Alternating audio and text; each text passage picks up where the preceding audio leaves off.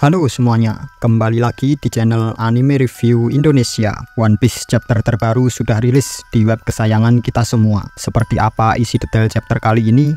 Yuk, mari kita bahas bersama. Jangan lupa untuk like, komen, dan subscribe untuk membantu agar channel ini terus berkembang. Judul chapter 1107 adalah Aku Mencari Dirimu. Cover story diisi oleh permintaan pembaca bernama Arinko, menceritakan Beppo yang canggung setelah melihat Lau tidur bersama seekor leopard. Chapter dimulai dengan Dory dan Brogy yang disebutkan memiliki posisi rekan kapten bersama di bajak laut raksasa. Mereka sedang memerintahkan semua krunya yang datang bersama mereka untuk menghancurkan semua kapal angkatan laut yang ada. Pasukan angkatan laut terkejut dengan kedatangan bajak laut raksasa yang padahal selama ini tidak pernah muncul. Terlihat ada juga Kashi dan Oimo.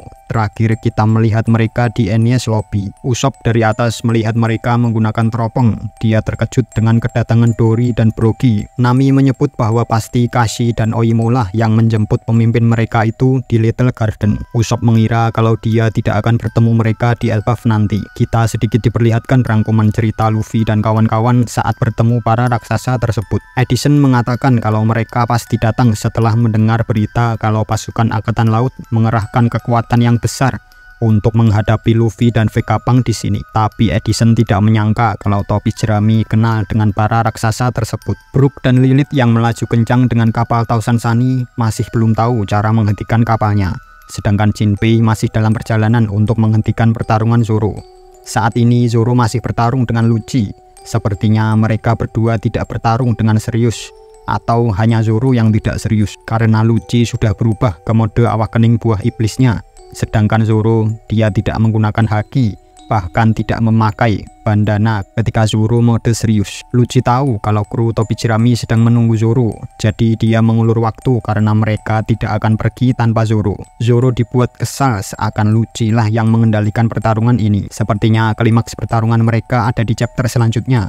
Karena panel berpindah ke pesisir pantai, di mana pasifista sedang menghancurkan kapal-kapal kecil milik angkatan laut. Wakil Laksamana Red King memerintahkan kapal kecil untuk mundur dan membawa maju kapal perang. Pemandangan yang cukup menyedihkan karena angkatan laut menembaki senjata mereka sendiri, yaitu pasifista. Panel berpindah ke pusat kota di mana Luffy yang sedang dalam mode Nika menanyakan kenapa Bonnie menangis. Dia terus menangis ketika melihat Nika yang sudah dia cari-cari selama ini. Tapi Luffy masih tidak tahu apa itu Nika. Dia mengatakan kalau pukulan Bonnie barusan terlalu lemah. Bonnie berniat melakukan pukulan kuat seperti Nika, tapi tidak berhasil.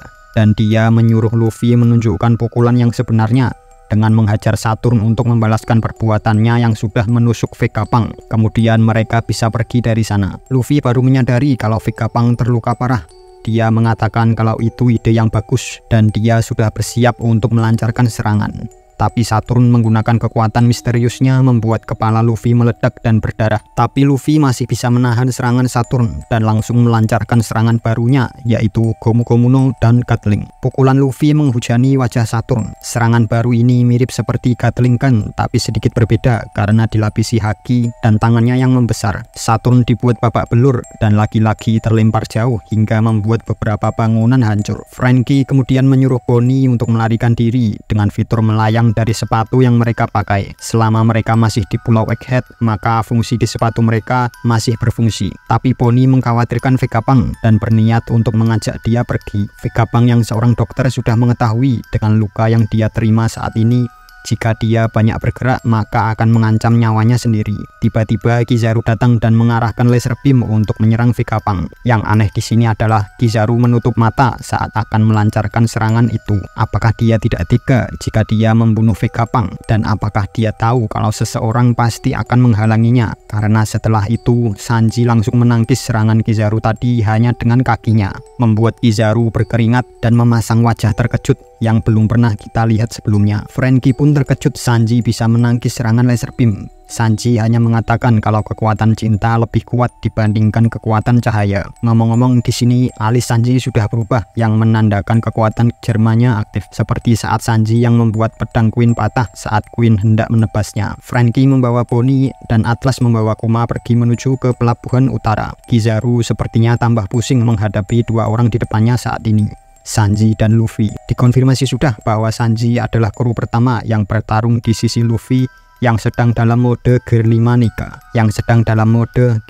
Nika. Saturn yang tertimbun oleh reruntuhan bangunan dikejutkan dengan sosok yang muncul di hadapannya. Mereka adalah Van Augur dan Katarina Devon dari bajak laut Kurohige. Devon tidak menyangka Gorosei akan muncul di permukaan, apalagi melihat salah satunya tergeletak di tanah. Dia menyentuh salah satu kaki Saturn sambil mengatakan kalau itu membuat misi mereka jadi lebih mudah, dan langsung mengatakan kalau misi mereka sudah selesai. Berarti mereka, atau khususnya Devon, diberikan misi untuk menyentuh salah satu Gorosei agar dia bisa merubah penampilan dan kekuatannya seperti mereka. Rencana apa yang akan dilakukan mereka dengan menggunakan penampilan Gorosei? Saturn sebelumnya tidak menyangka kalau Katarina Devon, seorang mantan tahanan level 6, memilih untuk menjadi anak buah seseorang. Devon mengatakan kalau Teach itu spesial. Saturn langsung menimpa dengan ucapan begitu juga dengan asal-usulnya. Sepertinya Gorosei dan kru bajak laut Kurohige mengetahui asal-usul Teach, entah masa lalunya atau garis keturunannya. Tapi Oda belum memperlihatkan itu kepada kita. Ada kemungkinan juga kalau Gorosei diberitahu oleh Shanks yang sebelumnya mengunjungi mereka untuk membahas salah satu kelompok bajak laut. Kemungkinan Shanks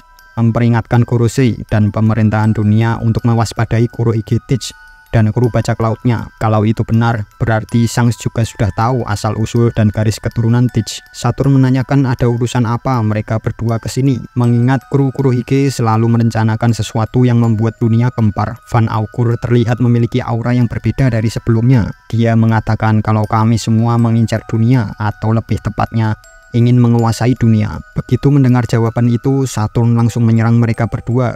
Tapi Van Augur dengan cepat menggunakan kekuatan buah iblisnya untuk teleportasi menjauh dari Saturn, tapi masih dalam pulau Egghead. Devon mengejek Van Augur yang tidak bisa teleportasi lebih jauh lagi. Ternyata Van Augur masih belum menguasai kekuatan buah iblisnya, yang berarti dia baru saja mendapatkan kekuatan tersebut, tapi tidak menutup kemungkinan dia bisa lebih cepat menguasai, bahkan mencapai tahap awakening, mengingat pertumbuhan bajak laut Kurohige selalu cepat. Saat mereka hendak pergi dari pulau, muncul Karibo yang memanggil mereka. Dia meminta agar mereka membawa dia ke kapal bajak laut Kurohige, karena ternyata Karibo sangat mengidolakan Teach dan ingin menjadi kacungnya. Entah beneran atau hanya agar mereka mengasihani Karibo, mengingat Karibo adalah penjilat yang handal. Padahal sebelumnya dia beberapa kali meminta pertolongan Luffy, tapi sekarang justru dia ingin gabung ke kapal musuh. Dan kita masih belum tahu siapa orang yang memberi Luffy makanan, apakah Karibo atau Kizaru. Jika Karibo gabung ke Kurohige,